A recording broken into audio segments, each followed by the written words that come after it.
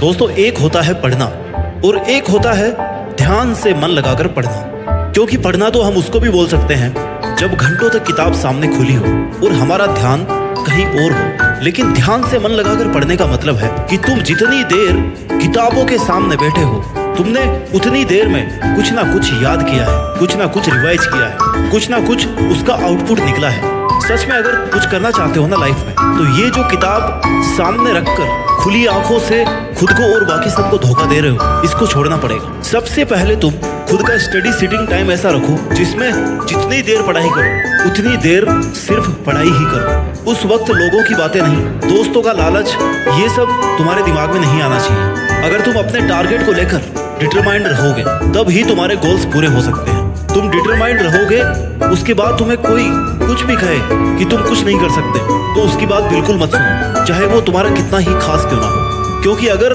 तुमने खुद ठान लिया है ना कि तुम्हें ये करना है, तो फिर कोई माई का लाल तुम्हें वो अचीव करने से नहीं रोक सकता, बशर्ते तुम्हारी मेहनत होनी चाहिए।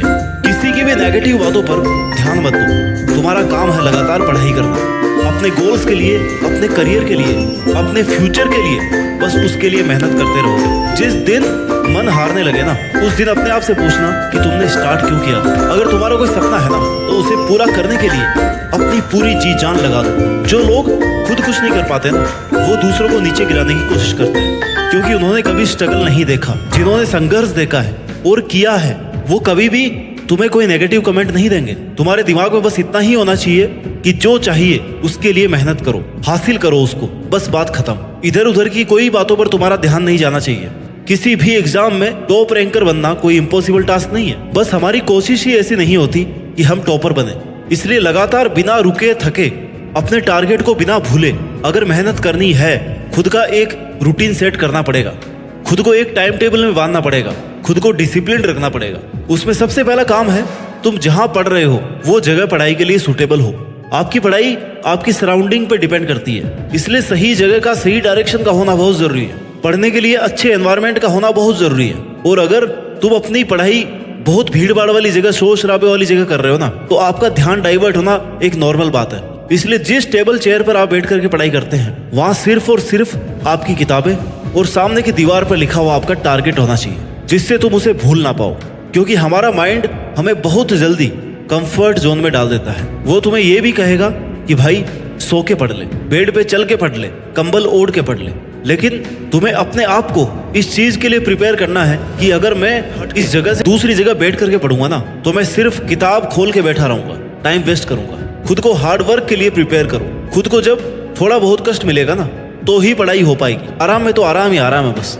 दूसरी बात, अब आप पढ़ाई करते तो बैठ गए हो, नेक्स्ट जो बात है ना, वो ये है कि तुम्हारे पास पूरे दिन का, पूरे महीने का, पूरे साल का टारगेट होना चाहिए। उसका एक शेड्यूल होना चाहिए। तुम्हारे पास टाइम टेबल होना चाहिए कि तुम्हें कितने दिन में क्या कवर करना है। जब तक तुम्हारे पास टाइम टेबल नहीं होगा, तब तक तुम्हारे माइंड को पता नहीं पड़ेगा कि वो यहाँ टेबल चेयर पे क्यों बैठा हुआ है। इसलिए एक सही एनवायरनमेंट के बाद एक अच्छा और सही टाइम टेबल होना बहुत जरूरी है। टाइम टेबल ऐसा ना हो कि वो आपको स्ट्रेस में डाल दे। टाइम टेबल ऐसा हो कि आपकी बॉडी, आपका माइंड आराम से उसे कवर कर सके।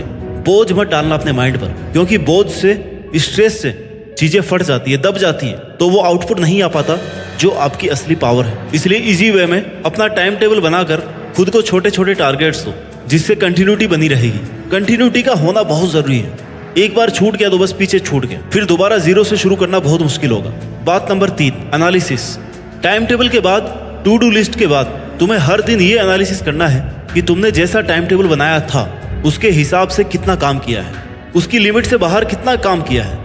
जैसे तुम्हें 1 घंटे की स्टडी पे 15 मिनट का ब्रेक चाहिए था और तुमने 1 घंटे की स्टडी पे 1 घंटे का ब्रेक ले लिया, तो जिस वजह से आपने 1 घंटे का ब्रेक लिया है, उस कमजोरी को दूर करने की कोशिश करो।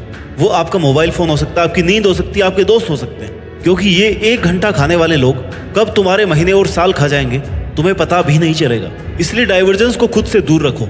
जो लोग तुम्हें डिस्ट्रैक्ट कर रहे हैं ना, डिस्टर्ब कर रहे हैं, जिन चीज़ों से तुम्हारा पढ़ाई का माहौल हट रहा है, उन चीज़ों से खुद को दूर रखो।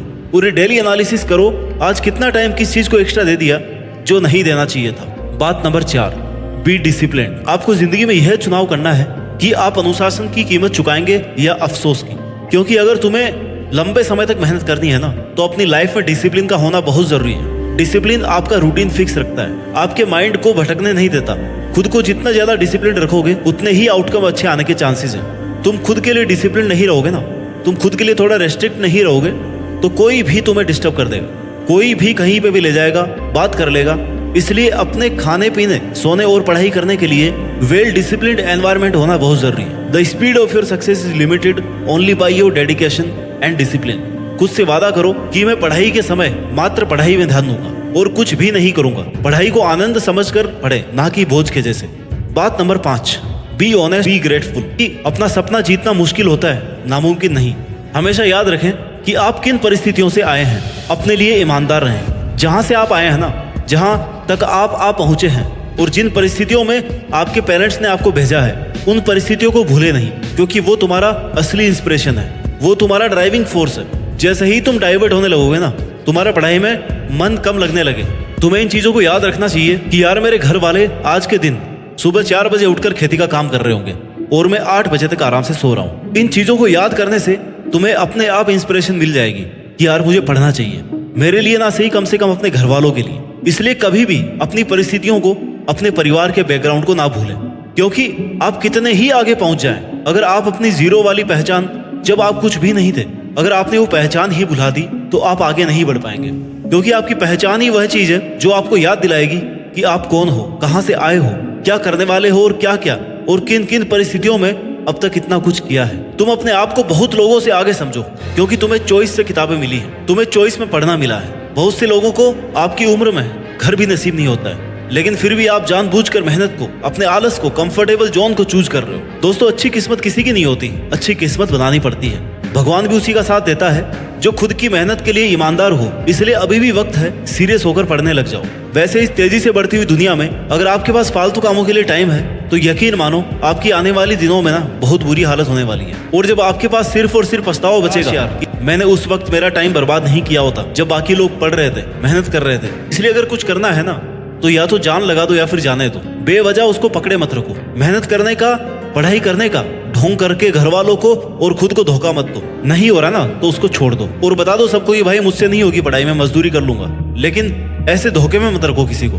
There is no substitute and no shortcut for hard work. भाई मेहनत तो करनी पड़ेगी, वो भी स्टेप बाय स्टेप। मुझे नहीं पता अभी कि किसके पास कितना टाइम बचा हुआ है और साल भर किसने कितना कुछ कर लिया है, कौन कितना पानी में है। मुझे बस इतना पता है कि अगर आज से, अभी से शुरू करते हैं ना, तो तुम वो अचीव कर सकते हो जो तुमने सोचा है। आपके पास जो टाइम बचा है उसमें अपना फिक्स टाइम टेबल बनाकर अपना 100% देने की कोशिश करो और मन लगाकर उन बचे हुए दिनों में वो करके दिखाओ जो आपके पेरेंट्स ने आपसे उम्मीद लगा रखी है। अपना कंफर्ट जोन छोड़कर आराम, मस्ती, मौज से दूर हटके, सोशल मीडिया से दूर रह के अपनी और किताबों की दुनिया में ऐसे खो जाओ जैसे आपके और किताबों के अलावा आपके जीवन में कोई और नहीं है। अगर आप पढ़ाई कर रहे हैं ना तो आपके दोस्त सिर्फ और सिर्फ किताबें हो सकती हैं, बाकी सब झूठ है, फरेब है। ये सब लोग जो तुम्हें आज कह रहे होंगे ना कि हमारे पास तुम्हारे जैसा कोई दोस्त नहीं है, ये वही लोग हैं जो कल तुम्हें छोड़कर चले जाएंगे। इनके होने और नहीं होने से फर्क नहीं पड़ता, लेकिन अगर तुमने किताबों का साथ छोड़ दिया तो तुम कहीं के नहीं रहोगे। इसलिए जो जरूरी है ना उस पर फोकस करो